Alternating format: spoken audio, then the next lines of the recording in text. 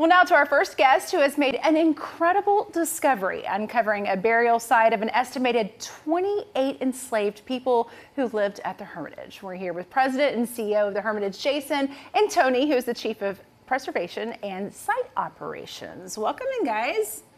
Thank you. This is incredible. I mean, it is. Kind of a joke question, but I mean, what's more special to you right now? Was it Christmas or uncovering these burial sites? Well, for me, it was probably uncovering these burial sites because we've been looking for these for many, many years now. It is quite a discovery, no doubt. As you mentioned, many, many years, decades, actually. I know it's something you personally have worked really hard on. Tell us more about the discovery. Absolutely. So over the past 20 years, there have been numerous attempts to locate what was believed to be a cemetery somewhere on the Hermitage property for enslaved people. About 2 years ago, a private donor came forward who understood the importance of that element of the site and offered to fund yet another search. And that's what kicked this off. Grateful for that private donor, and we're seeing some video now from the site there. How was the site located? Tell us about those tools that you all used. Well, the funding enabled us to bring several individuals and folks like Vanderbilt's Institute for Spatial Research and TRC Environmental Consulting. And Vanderbilt really helped us use the maps and documents that we had to narrow down a search area. We had found a document from 1935 that placed the graves in one specific location. And using that map and other documents, we were able to triangulate and create a 5-acre search area.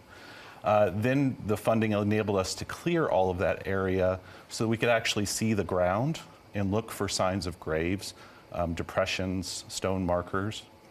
And then once we located an area that we thought where graves were, we were able to use ground penetrating radar to focus in and see if we could find graves in their extent. And what that ground penetrating radar revealed were 28 burials, and they were all in one specific area, lined up in rows, and pointing the way that you would expect a grave to be, with the feet and head aligned east to west. Wow, that's incredible. Yep. And I know this is critical to further understanding our history. If you guys could just elaborate about this discovery. Absolutely. I think it allows us at the Hermitage to tell the story of the plantation and to tell the story of President Andrew Jackson much more fully. I think it's also been important to us throughout this to keep in mind that there's an audience of people for whom this is personally relevant information. Those who are alive today who trace their own ancestry back to the people who were enslaved at the Hermitage, which is another reason this is incredibly important. Well, and that brings up a good point. Now when you tour the Hermitage, you guys can get a tour of the cemetery as well, correct? Absolutely. And then also, what are the plans moving forward for those that may be ancestors? Certainly. So there's been research done at the Hermitage going back to the late 1970s, early 1980s to do the genealogy and to track many of those descendant families. So we've begun a process of engaging that community, and going forward with the cemetery, we feel like we need a lot more voices to come help us think about the next steps. Whether it's memorialization or commemoration of the importance of this site. So we have just begun the process. And this will be some of the most important work we do, not just in the months, but in the years to come. So you all are going to create a board, and can people get involved in that?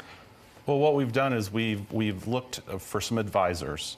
And really, the first step is we've contacted some folks that we felt would be good from not only the history community, but from the descendant community to advise us through the process of what we do next in terms of interpreting it and memorializing it.